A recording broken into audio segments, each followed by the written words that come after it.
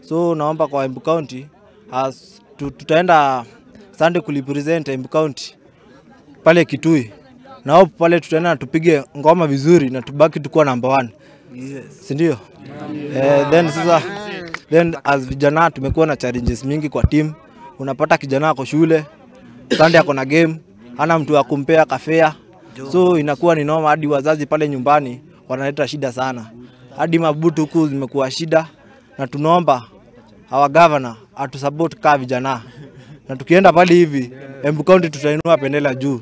So ile nimeona Safaricom wameleta hizi game kwa vijana wakainuka, at least mtu anaweza cheza vizuri pale, achukuliwa na coach mzuri, upate uko timu kubwa. Upate pale umewakilisha Embu kwa timu kubwa na unapiga ngoma vizuri. So naomba kwa government yetu ilete hizi vitu kwa wingi na tutaendelea kusherehekea na tutapiga win na tutaonesha vijana kweli tunajua game.